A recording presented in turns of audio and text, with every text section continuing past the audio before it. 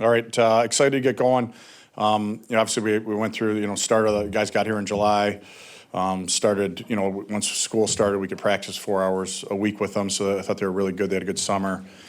And then we were into our regular week this week, so trying to take advantage of that and looking forward to getting on the road. Obviously, a ton of respect for Lake Superior State and their program and their coaching staff. We know they're going to be ready to go, and so are we. I guess just not as many new faces this year, but the two transfers you bring in, Charlie and Nick, I guess, what made them the right fit for this program, and what have you seen from those two guys early on? I think when you're looking at it, it's not always looking for the best people, it's the right people, and I think you look at the person first, and both Nick and Charlie, have high character, hard workers.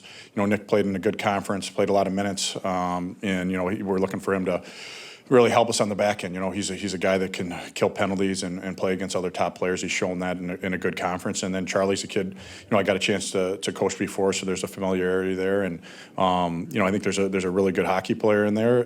He's 19 years old and he's a junior, so he's a young hockey player and he's still growing. But he had a great summer. He's in really good shape and looking forward to him being a big part of our team. Coach, you had 5 key lineup guys leave. 9 new players coming in. Just kind of how have you approached filling out the lineup card for Friday night?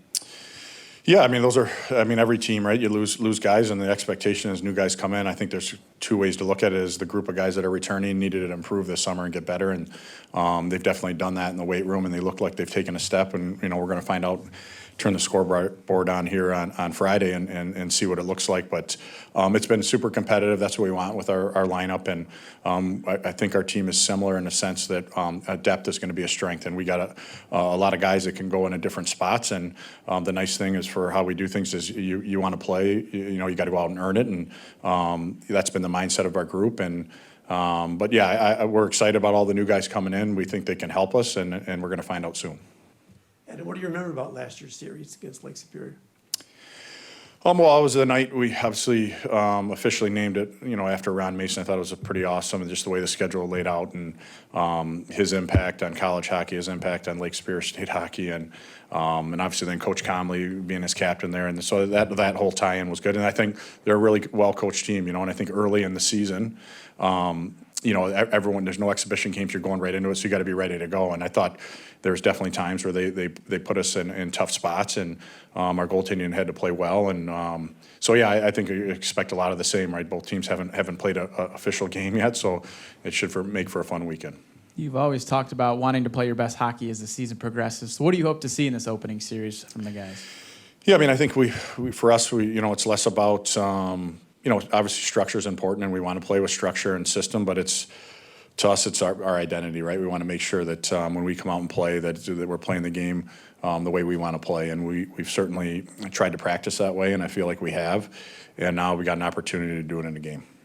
It's a different mentality playing on the road, obviously, but to start the season on the road, how I guess excited are you to see how the team adapts to that right away? Yeah, I like getting on the road early with the team. I think you get to spend some time together. Here, you could argue sometimes it's easier to play on the road because you're at home. You got class and everything. We're getting on the road. We're leaving tomorrow. We'll get up there and practice. Have a good meal and then be ready to go on Friday. So I know it'll be a really good atmosphere for our guys to play in. A really quality opponent and a really good test for us.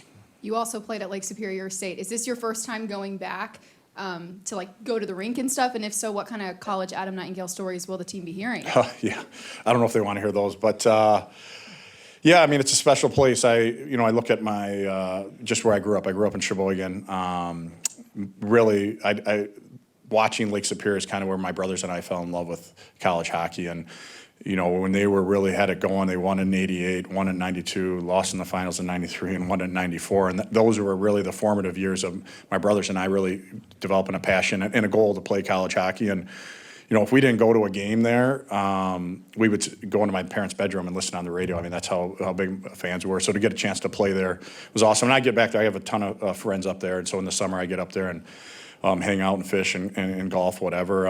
Actually, when I coached the national team, I think we went up there and played Lake Superior. So I was up, did some recruiting this summer. So I've been in the rink for sure. It's a beautiful, beautiful rink, a great program, great town. I think it's very similar to East Lansing. Like the town's awesome, but really makes it special is the people. how close are you to finalizing lineups for Friday, Saturday? Getting closer. I mean, it's competitive, right? And I think that's what we wanted. You know, we got some decisions to make for sure. And, you know, the nice thing is I really think if you have your team set up the right way, and we're not claiming to be perfect, but the players are going to determine who's going to play. And some of that takes some time to work itself out. And I think Patrick Geary is a great example of that last year, right? He was a guy that was out of the lineup for about a month, and he stuck with it. And I'm a firm believer the cream rises to the top. And our job as a staff is to put together the best roster we feel gives us the best chance to win every game, and our guys understand that. No one's been promised or guaranteed anything, and so it's super competitive. We're getting closer to that, but we got some tough decisions to make. Good. All right, thank you.